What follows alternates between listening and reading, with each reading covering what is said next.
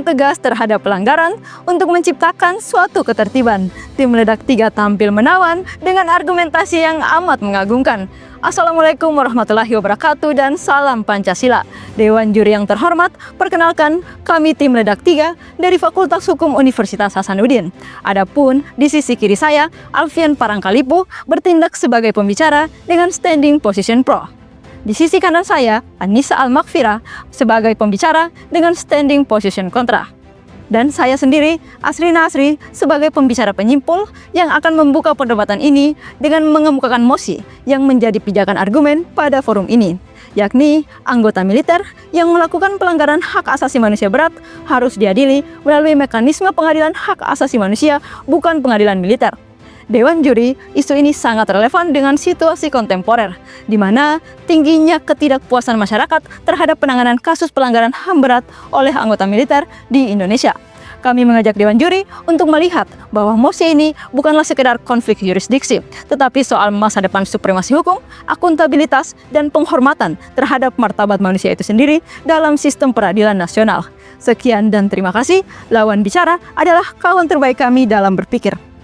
Jimli Asidiki menyatakan, terdapat 12 prinsip pokok negara hukum demokrasi di zaman modern yang menjadi pilar fundamental untuk menyangga tegaknya the rule of Rechtsstaat. Salah satunya adalah menghadirkan pengadilan hak asasi manusia. Tujuan ini sejalan dengan semangat yang dibawa oleh Undang-Undang Nomor 26 Tahun 2000 tentang Pengadilan HAM untuk menjamin adanya mekanisme pengadilan yang kompeten, independen dan imparsial dalam mengadili pelanggaran HAM berat termasuk dalam lingkup militer. Assalamualaikum warahmatullahi wabarakatuh, salam Pancasila. Dewan Juri yang terhormat, ketika membahas terkait pengadilan HAM, telah termaktub secara jelas dalam pasal 1 angka 4 bahwa pengadilan HAM berhak untuk mengadili sipil, militer maupun polisi yang melakukan pelanggaran HAM berat.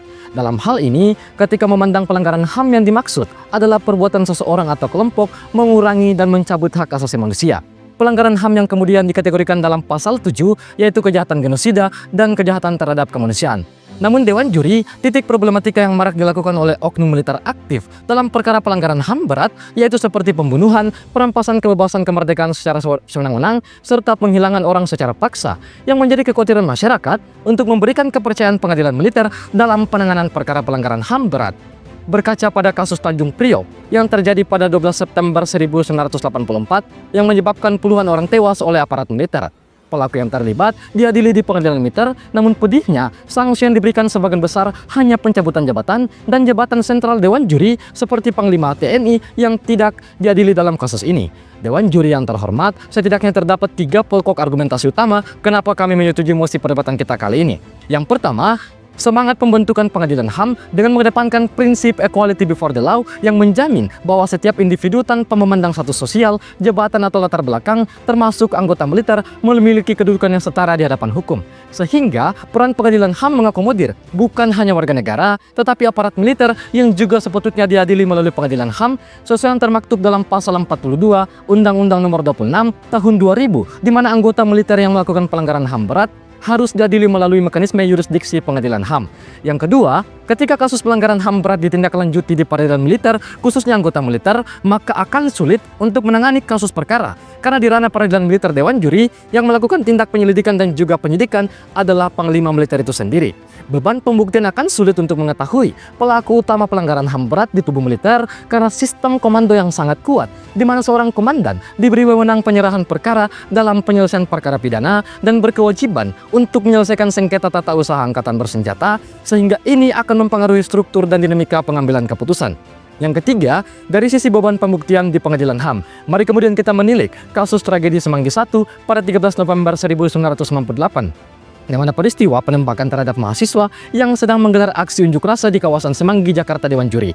Dalam insiden ini, lebih dari 10 mahasiswa tewas dan ratusan lainnya terluka yang dimana penembakan dilakukan oleh aparat militer dan kepolisian. Kasus ini kemudian diadili di pengadilan HAM ad hoc dengan putusan final menghukum Kolonel Mukdi Purwopranjono dengan hukuman 10 tahun penjara karena terlibat dalam pelanggaran HAM berat. Untuk itu Dewan Juri kami hadir dengan membawa formula baru yang efektif dan juga implementatif. Yang pertama, melakukan seleksi yang kompeten untuk pengangkatan hakim khusus ad hoc. Seleksi ini menjadi penting karena melihat banyaknya hakim yang diberikan kewenangan dalam menangani kasus perkara, namun justru ironisnya pemahaman akan hukum, pengalaman serta integritas moral masih berjalan mundur dalam menangani suatu perkara. Sehingga seleksi ini juga akan dilakukan secara transparan demi memberikan standar yang jelas kepada kepercayaan publik yang juga akan terjamin lewat independensi lembaga peradilan.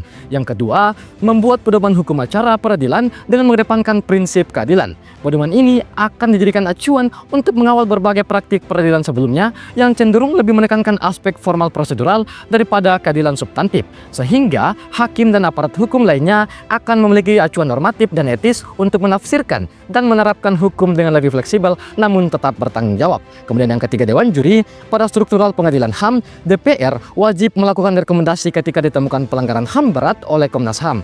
DPR tidak lagi membicarakannya ketika Komnas HAM melakukan penyidikan, sehingga penentuannya ditentukan di peradilan HAM ad hoc. Hal ini untuk memastikan efektivitas dan efisiensi dalam menangani kasus perkara HAM berat.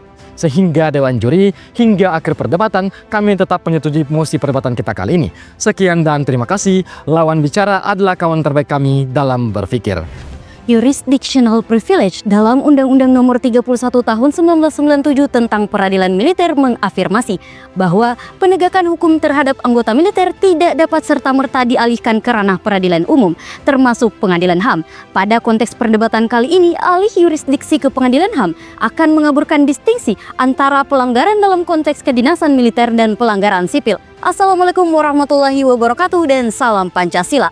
Dewan Juri yang terhormat, terdapat 3 alasan mengapa pengadilan HAM tidak berkompeten dalam mosi perdebatan kali ini. Yang pertama, kelemahan struktural dan prosedural. Secara yuridis, Undang-Undang Nomor 26 Tahun 2000 tentang Pengadilan HAM mengatur mekanisme bertingkat yang melibatkan Komnas HAM, Kejaksaan Agung, serta keterlibatan DPR dalam pembentukan pengadilan HAM ad hoc.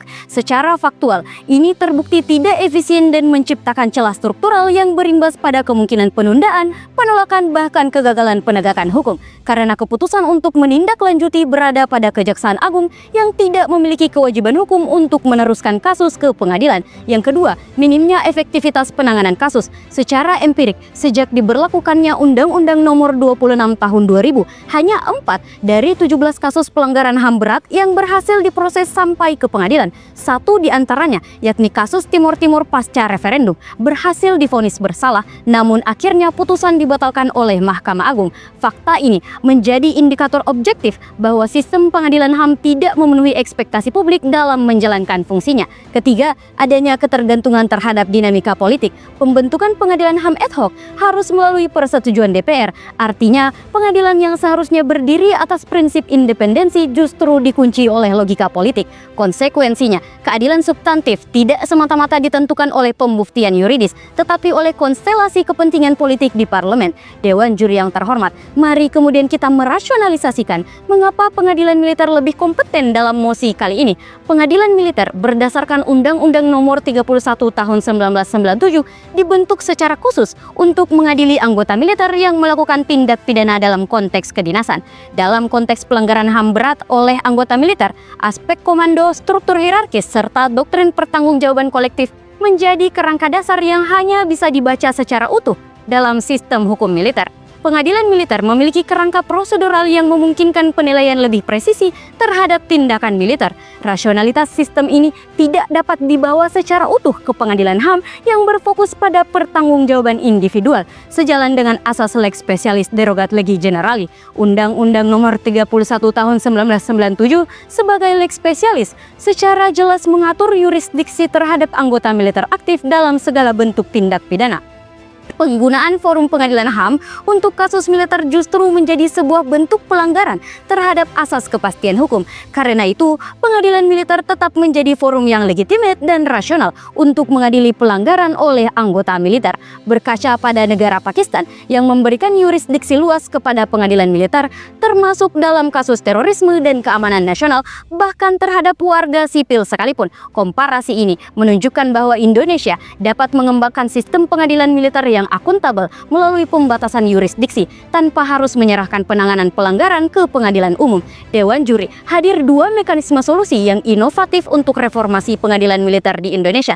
Yang pertama, revisi terstruktur terhadap pasal 10 Undang-Undang Nomor 31 Tahun 1997 menjadi tindak pidana umum termasuk pelanggaran HAM yang berat oleh prajurit diadili di pengadilan militer sesuai dengan mekanisme hybrid yang menjamin prinsip keadilan dan akuntabilitas, dan pasal 49 Undang-Undang Nomor 26 Tahun 2000 dengan penambahan klausul kecuali dilakukan oleh anggota militer aktif yang tunduk pada yurisdiksi pengadilan militer dengan pengawasan yudisial sipil.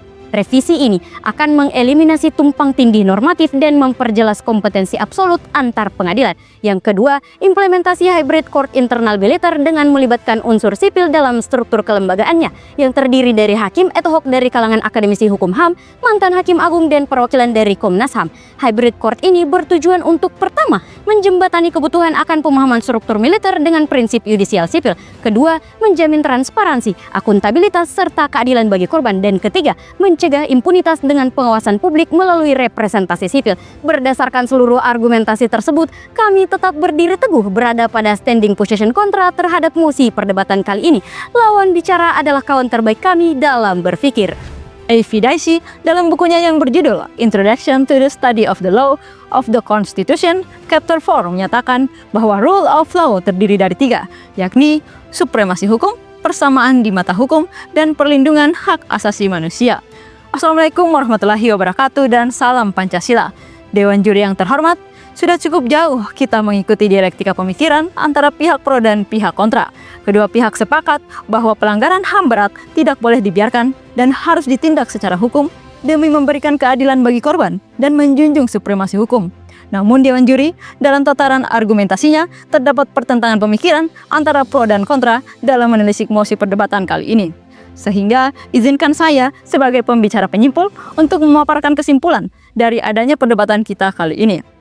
Pertama, pihak pro mengkritik kurangnya transparansi dan akuntabilitas di peradilan militer.